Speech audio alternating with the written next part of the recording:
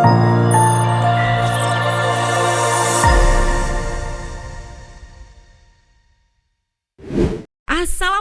warahmatullahi wabarakatuh. Waalaikumsalam warahmatullahi wabarakatuh. Selamat pagi wargi Cianjur. Ya. Dan alhamdulillah tentunya Teresi kita akan selalu menghadirkan narasumber yang luar biasa. Betul sekali. Dan alhamdulillah tentunya pada hari ini narasumbernya dari DPP KBP 3 Kabupaten Cianjur. Betul. Dan suatu kehormatan bagi kita yang datang langsung Pak Kadisnya. Iya.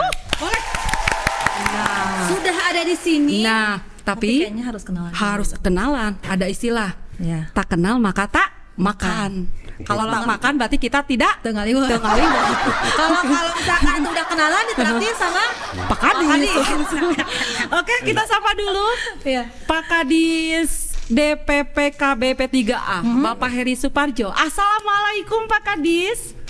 Assalamualaikum, waalaikumsalam. Selamat pagi warga pendengar podcast digital Diskominfo Pemda Cianjur. Oke. Terima kasih sudah mengundang kami DPP KBP 3A. Mbak-mbak atau ibu-ibu, terima kasih sebagai pengarah, pengatur wacana diskusi. Tapi sebentar. Kayak berasa Ada yang aneh. Barusan panggilnya ibu. Gak biasa. Bapak, kalian itu mau neraktir Pak ya? Jadi kayak naik aja Pak. Gak biasa kita dipanggil ibu. Ya oke, Bapak teteh aja Pak. Dan tentunya biar lebih gimana gitu. Karena kan usia-usia kita kan usia-usia produktif. Oke. Nanti sesuai dengan apa yang kita bahas. Kayak kalau misalkan ibu kan udah gak produktif nih Pak. Kita kan naik masih produktif. Nah kayaknya mending teteh aja Teteh aja, oke ya.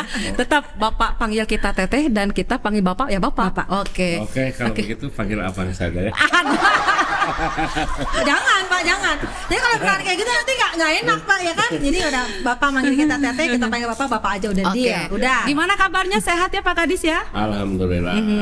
Terus saya ingin sampaikan di awal podcast pertama kita Diskominfo, saya mengucapkan terima kasih dan apresiasi Pak Kepala Dinas sudah bikin acara yang memang buat kami sangat diperlukan lagi sebagai ajak pembelajaran pada masyarakat untuk sosialisasi. Wih, kalau begitu boleh kita apresiasi buat Bapak Kadis kita, Bapak Diki Oreng. Luar biasa. Dan betul ya, tema yang akan kita bahas hari ini terkait dengan stunting. Betul. Seperti yang kita ketahui ya, Betul. Teresi ya, bahwa pemerintah Kabupaten Cianjur ini terus melakukan upaya untuk percepatan penurunan stunting di Kabupaten Cianjur sekali. ini.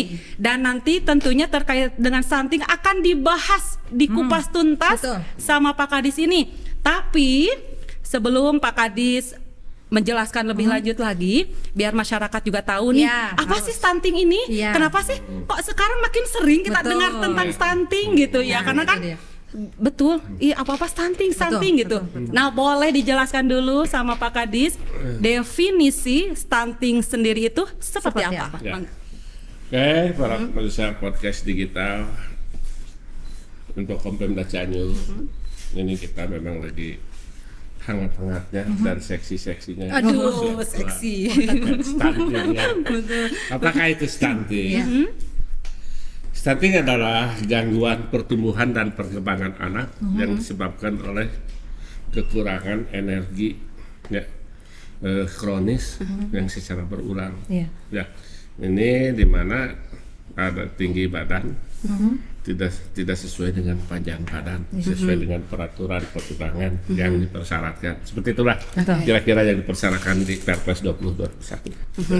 Oke, ternyata seperti itu Teresi definisinya. Ada lagi mangga, sok mangga. Dan Pak, yang sekarang kan masyarakat itu selalu yang stunting itu kalau dia nggak tinggi, terus apa sih Pak sebetulnya memang yang untuk bisa mencegah? Apakah itu terjadi ketika ada kehamilan atau memang dari kehamilan kita sudah bisa menghindari daripada stunting itu Pak? Ya, yang namanya stunting itu pasti pendek, tapi tidak setiap anak pendek itu stunting, gitu kan. Orang pendek itu stunting. Jadi kita nggak boleh misalkan anaknya, kamu stunting. Terus pencegahannya gimana? Kalau berbicara pencegahan, kan ada intervensi spesifik, ada intervensi sensitif. Kalau berbicara intervensi spesifik, itu sudah menyangkut pada jatuh stunting. Iya. Ada juga faktor risiko stunting yang harus diintervensi secara sensitif. Ya, apa saja itu? Kembali ke definisi. Karena memang stunting teh gangguan tumbuh kembang, kekurangan energi protein yang kronis, juga infeksi yang berulang, itu banyak faktor yang mempengaruhi. Ya, kekurangan kalori gitu yang kronis itu penyebabnya bisa saja karena memang termasuk yang keluarga tidak mampu, pola asuh dan makan yang tidak betul, gitu kan, sanitasi lingkungan dan zamannya yang tidak bagus sehingga anak sering diare, mencret, sehingga akhirnya infeksi berulang, sarana air minum zaman keluarga, atau pendapatan keluarganya, atau misalnya jumlah anak terlalu banyak, jarak kelahirannya terlalu dekat, banyak faktornya. Nah ini Teresi ternyata banyak anak juga, ini bisa jadi penyebab Pak Kadis. Nah ini cocok Pak Kadis dari DPPKB P3 Kabupaten Cianjur.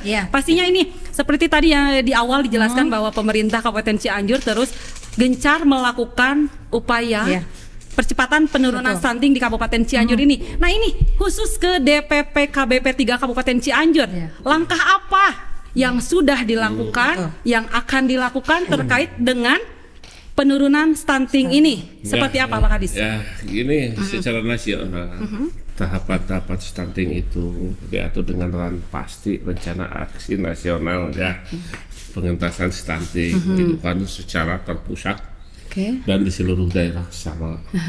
Ya, pertama kita pembentukan tim stunting tingkat kabupaten yang Cianjur sendiri diketuai oleh Pak Sekda. Ya. Kemudian ketua hariannya Asda 1, ketua pelaksananya Kepala Bapeda, saya sendiri sebagai sekretaris dengan Dinas Kesehatan. Jadi DPPKB P3 dalam hal ini bertindak sebagai koordinator administrasi saya. Bahwa program stunting itu tidak dititik beratkan di satu dinas.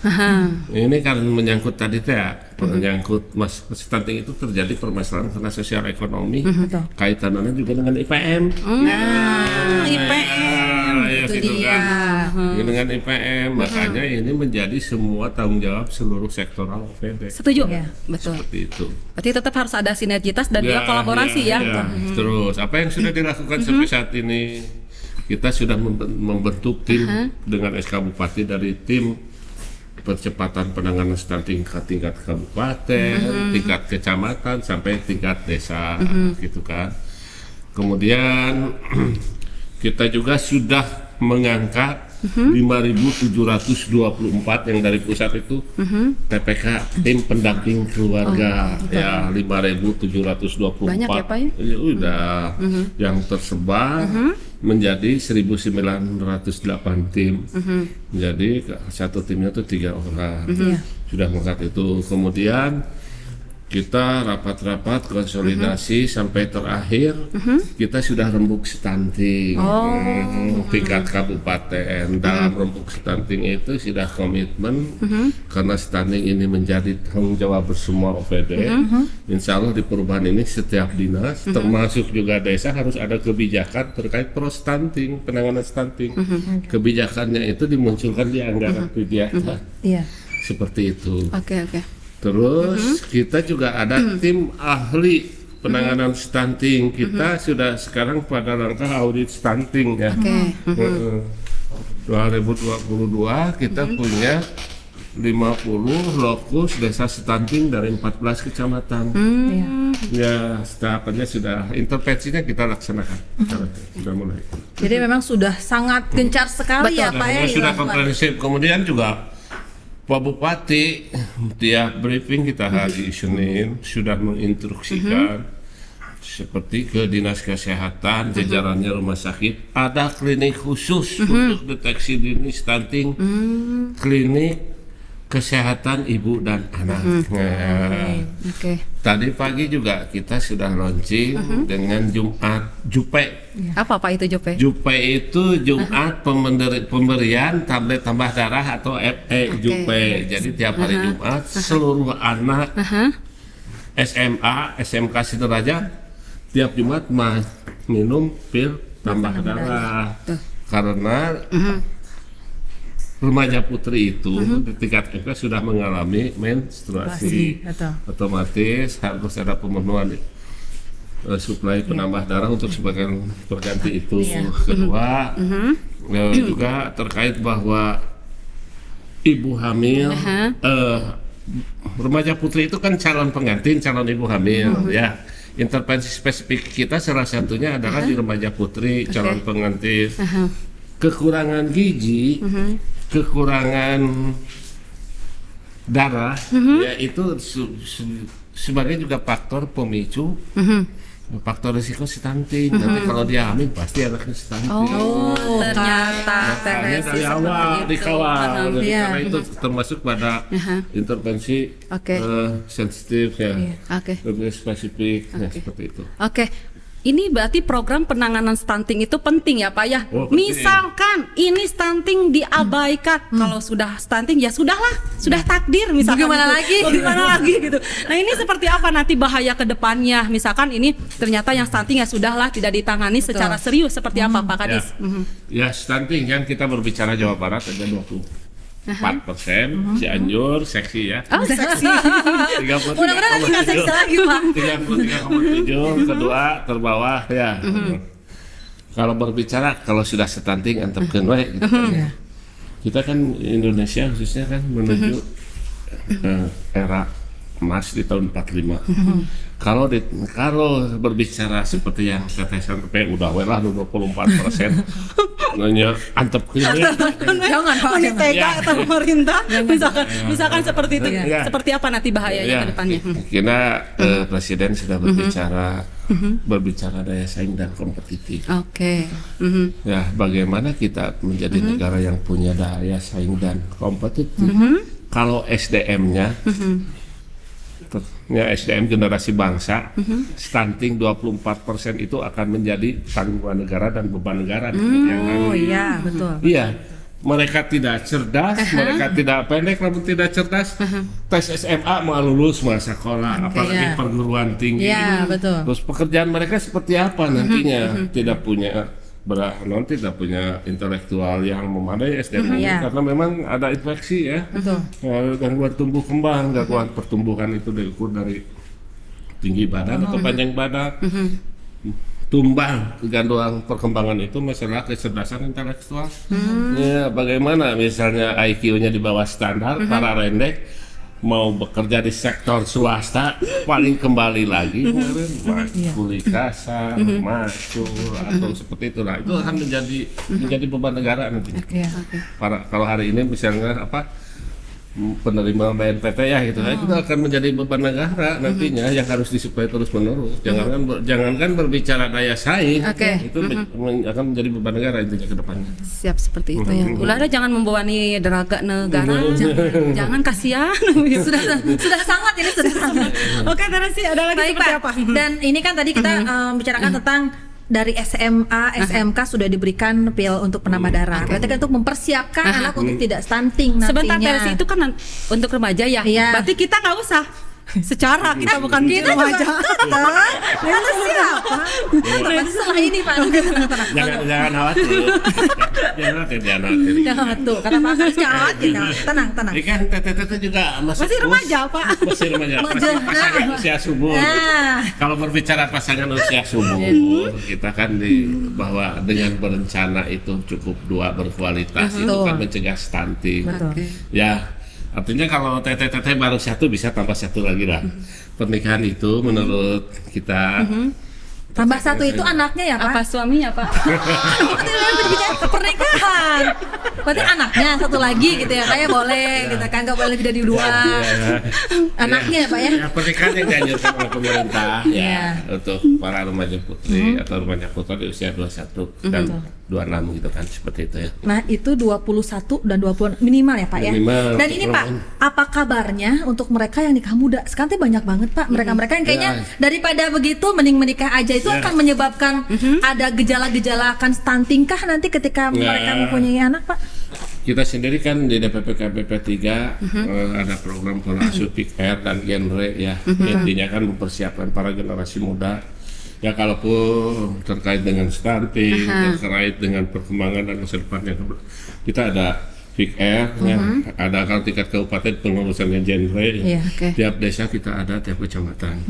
Nah kalau terkait dengan misalnya di bawah 21 terus nikah, ya tugas kita memang di sana secara sektoral, tugas DPPKB P3 mengarahkan bagaimana tetap daripada itu ya selama itu legal formalnya ditempuh, pernikahan sah secara agama dan secara negara ya ditangguhkan dulu kehamilannya sampai dia di usia 21 menunggu matur kesehatan reproduksinya, alat-alat reproduksinya. Berarti masih bisa diatasi ya Pak. Misalkan memang sekarang banyak nih anak-anak yang kayaknya keluar sekolah SMA menikah gitu Pak, gitu kan. Ya, seperti itu. Terus gergetun kenapa gitu ya udah nikah aja. Tapi memang bisa untuk ditahan dulu mungkin menunda kehamilan. Ya, seperti itu. Nah tadi kan Pak Kadis ini menjelaskan misalkan kalau baru satu boleh ditambah satu berarti jadi dua anaknya. Boleh ditambah anaknya. lagi. Nah misal Pak Kadis ternyata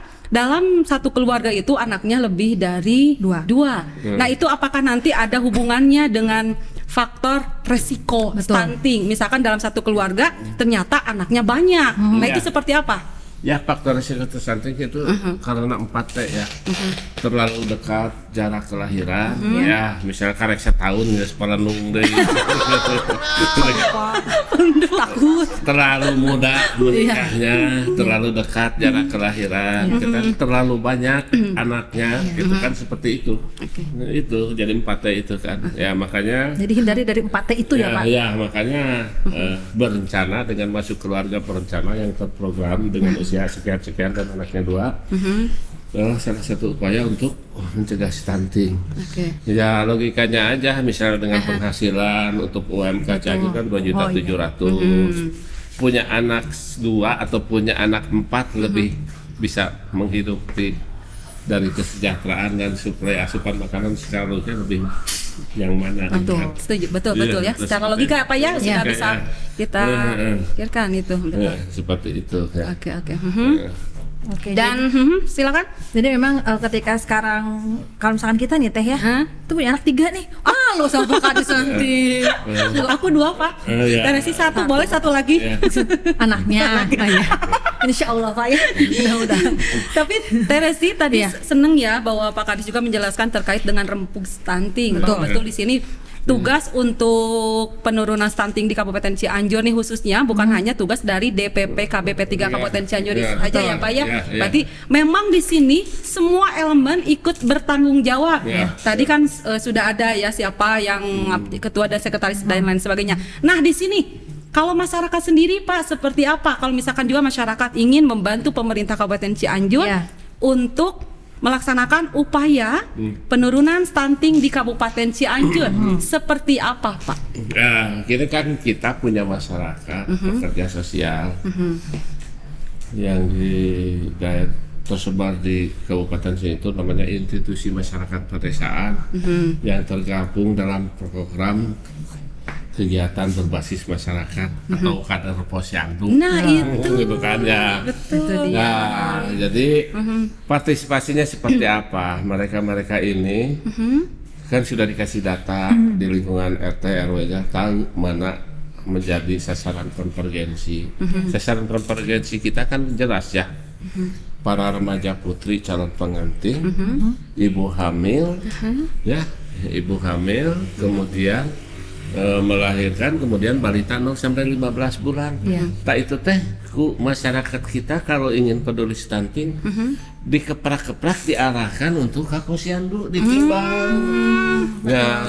Kalau ibunya misalnya remaja putri mau menikah, kita koordinasi dengan Departemen Agama, ya, pranikahnya dikasih penyuluhan, sosialisasi, koordinasi dengan Dinkes, perjalanan kita di posyandu mereka ditimbang, bidan ditensi, misalnya dalam kehamilannya, dalam kehamilannya lingkar lengan atasnya gitu kan kurang dari 22,5 cm, ini pasti resiko stunting, kenaikan berat badannya tidak akan sesuai dengan pertumbuhan bayinya, cepat diintervensi dengan PMT, pemberian makanan ibu hamil, PMT-nya tambah darah segala macam seperti itu. Di samping juga kita lihat juga nanti faktor-faktor resiko stunting itu juga kita dianalisa. Lihat penghasilan keluarganya, dia mau melahirkan garuh BPJS atau tidak, seperti itu sarana yang disampaikan tadi, sarana air minum, jamban keluarga, tingkat pendapatan, penghasilan seperti apa. Jadi seperti itu. Jadi memang bukan melarang ya Pak sebetulnya, tapi kita lebih ke kayak Resi ya Pak ya, kayak Resi kan, ibaratnya kayak pengen punya anak lebih dari 2 nih, kita lebih mikir lagi, aduh bisa nggak ya gitu kan dengan perhitungan tadi gitu, jadi memang harus lebih logis lagi kitanya mungkin. Ya kalau logisnya kan gini, kalau misalnya si ibu kan pus itu ya 15 sampai 45 ya, pasangan usia sebelum untuk reproduksi yang sehat gitu kan ya kalau di usia itu artinya 15 tahun kan dia sudah bisa reproduksi itu terkait dengan tiap bulan sesi gitu kan ya.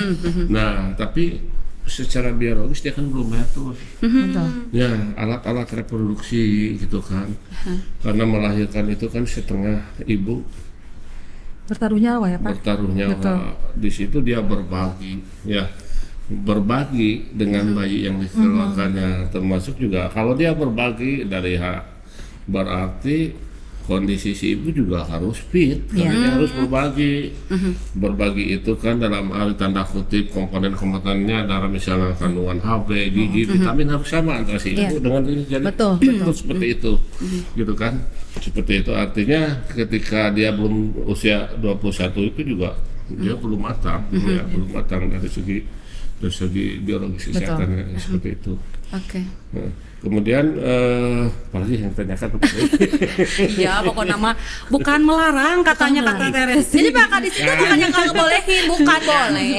Ya gini kan, kalau misalnya ibu menikah dalam usia 21, misalnya tahun berikutnya punya anak, berarti usia berapa? 22, jarak 5 tahun lagi 27, dia itu usia 30 ibu sudah punya anak 2, masih cantik, masih bisa beraktivitas daripada punya anak lebih banyak.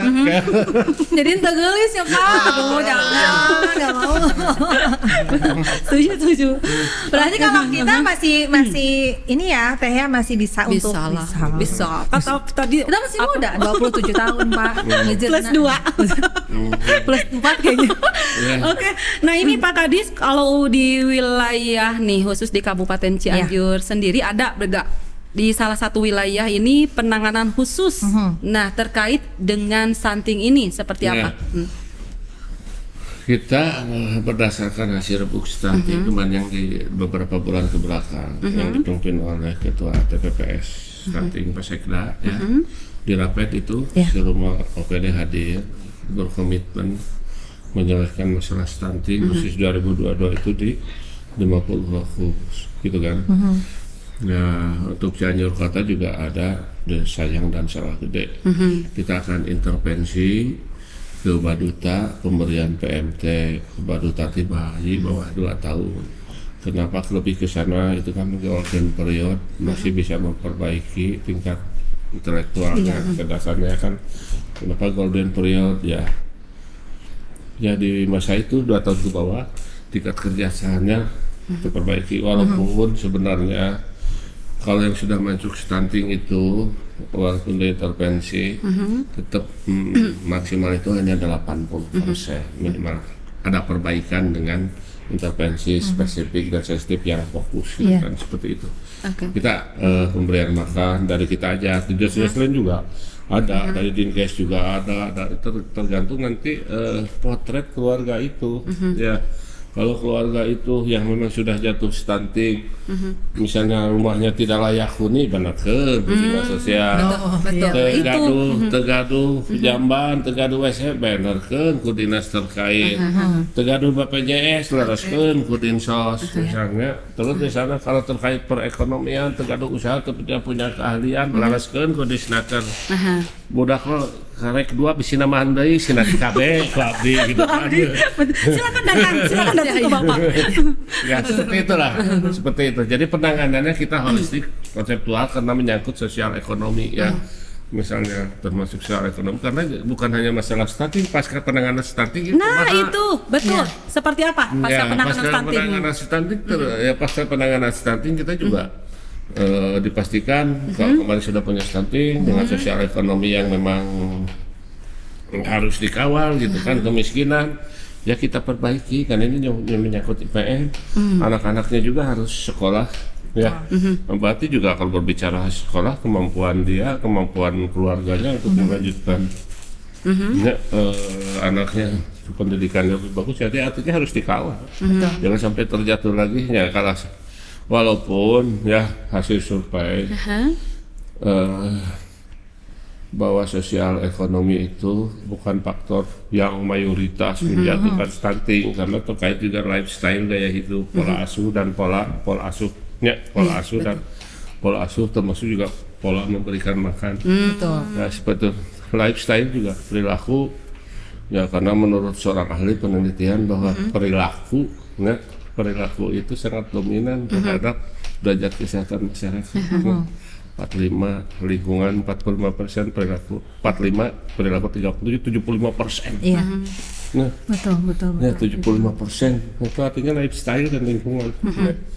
Ya kami di DPP KBP 3 dengan suatu voksinya, kami punya kader, kami punya ini itu ya mendorong masyarakat, mengadvokasi, mensosialisasi, istilahnya empowerment, pemberdayaan masyarakat.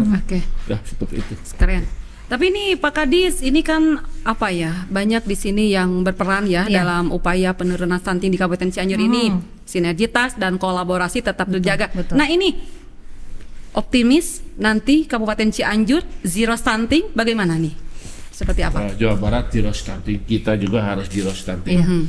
Artinya zero stunting itu bukan stunting, tapi yang sudah stunting ditangani, intervensi spesifik, yang pangkal resiko diintervensi, tidak ada lagi angka baru, kejadian baru untuk jatuh ke tingkat stunting. Kita akan memberikan di kegiatan nanti di desa-desa yang faktor stunting alat ukur timbang badan, ya timbang badan, umur per panjang badan gitu ya, supaya cepat-cepat diintervensi. Ya itu juga kalau diintervensi sama kita, petugas kan terbatas, pasti ikut ke masyarakat biasa, kader, kader mereka yang mendeteksinya segera laporan gitu.